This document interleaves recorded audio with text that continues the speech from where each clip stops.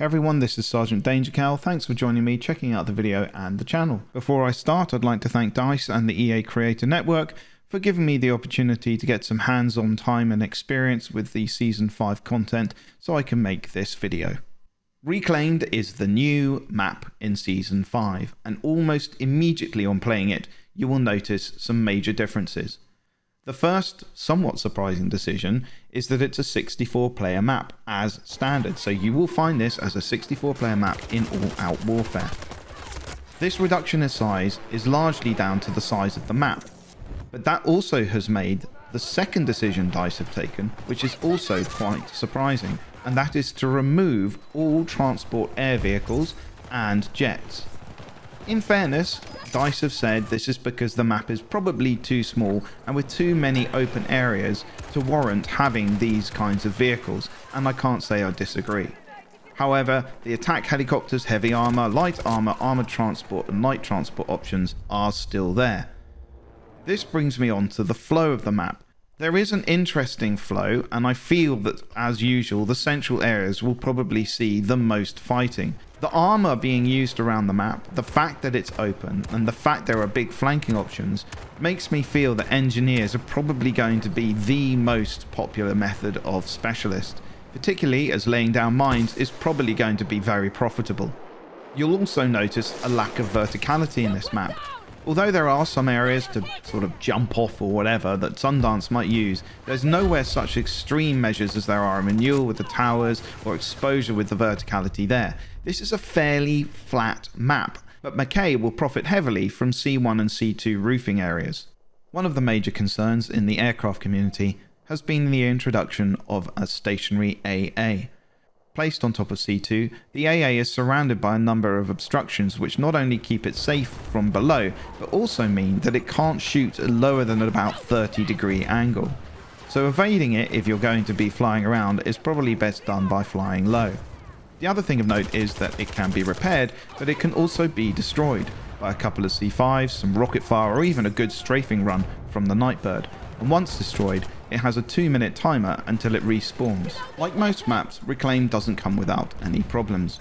One of the most significant I found was the ability to capture A1, B1, D1 or E1 and then be able to spam into the opposition's spawn area.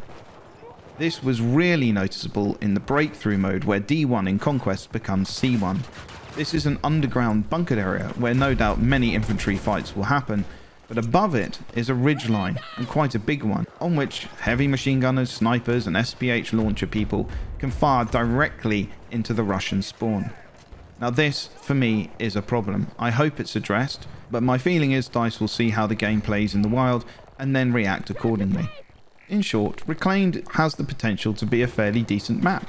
It's got good spaces to get involved in some good inside conflict, some good stuff for vehicles to get their teeth into, and whilst I have some reservations about the flags and shooting into spawns, I feel DICE have made some good choices here. It remains to see how it plays out in the wild, but let me know your thoughts when you've played it down below.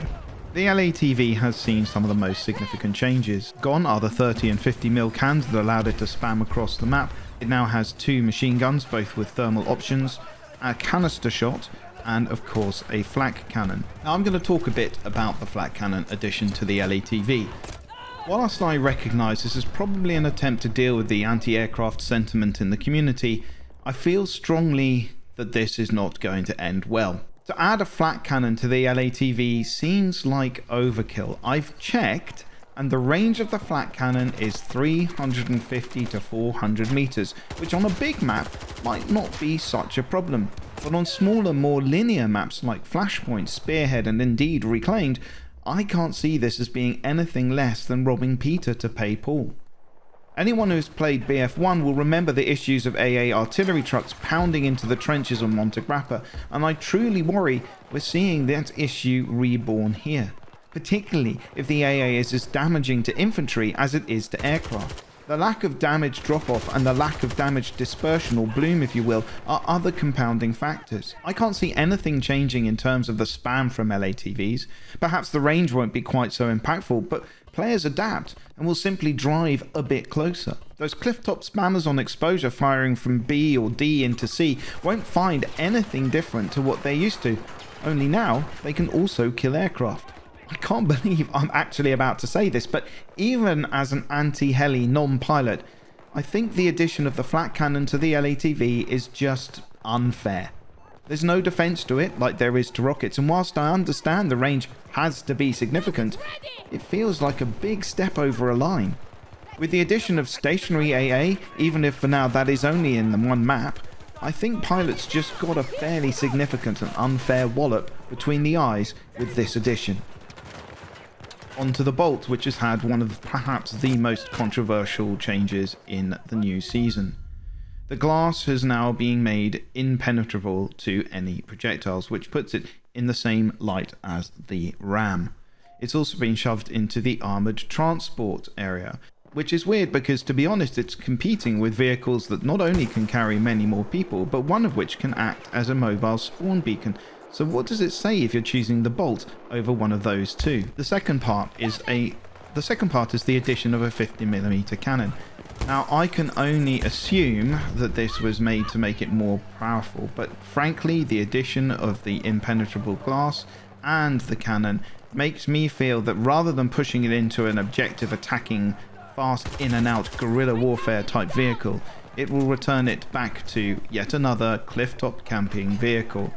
Onto specialists, and Dozer has had one of the most significant buffs we've seen. Back to almost original, I imagine, strafe, rotate and pitch with shield abilities, he'll be able to move around a lot quicker.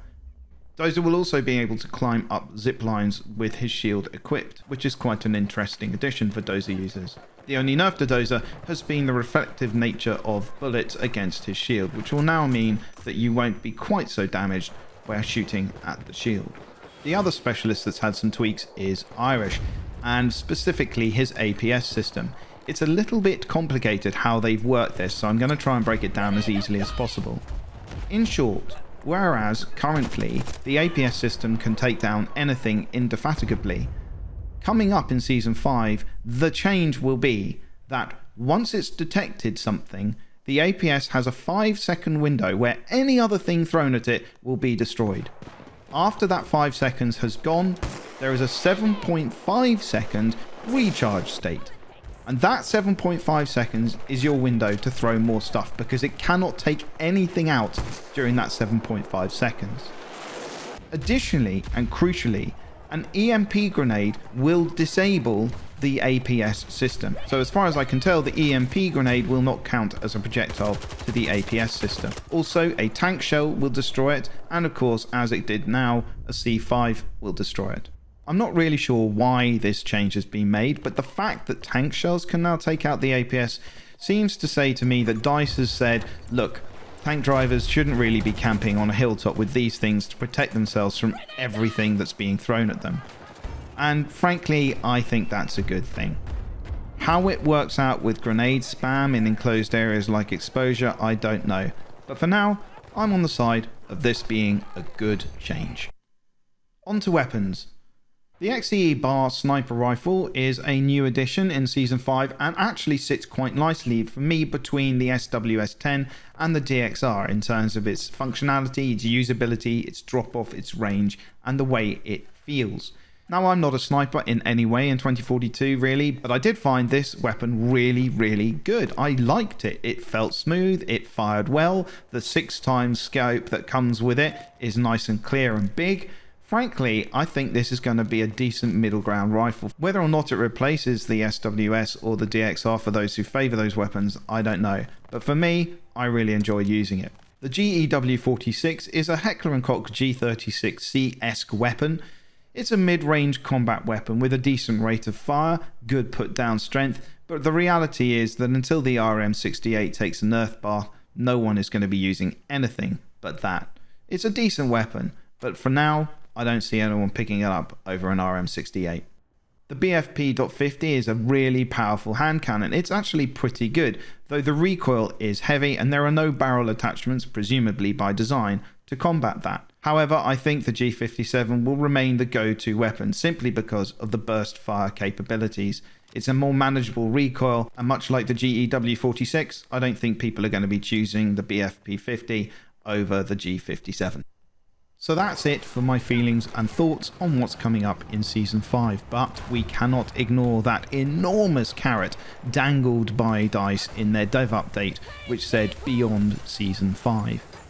Of course, most people are saying it's probably just content updates and how they look after the game until the inevitable next Battlefield, but here's the thing, my gut reaction is we might get a Season 6. I say this because we've seen nothing about whatever's coming next, nothing at all, and we probably wouldn't anyway until maybe September of this year. It feels to me that so much work has been turned into this pivot that we may be looking at 24 before we start seeing anything about the next Battlefield, which would mean logically that we at least have maybe 2 more seasons of content to take us up to the end of 23. The reality is, again, as I say, it's all speculation, it's just a gut feeling. But I'm really hopeful that having now turned this game around quite significantly from where it was, DICE will continue to pour some effort into it until we find out what's coming next. Anyway, thanks for listening, thanks for watching, and please do let me know your thoughts in the comment. Are we going to get another season? Do you think it's just content? What do you think about what's coming up in Season 5? Let me know, and as always, Legendaries, stay Wagyu, and I'll see you on the battlefield.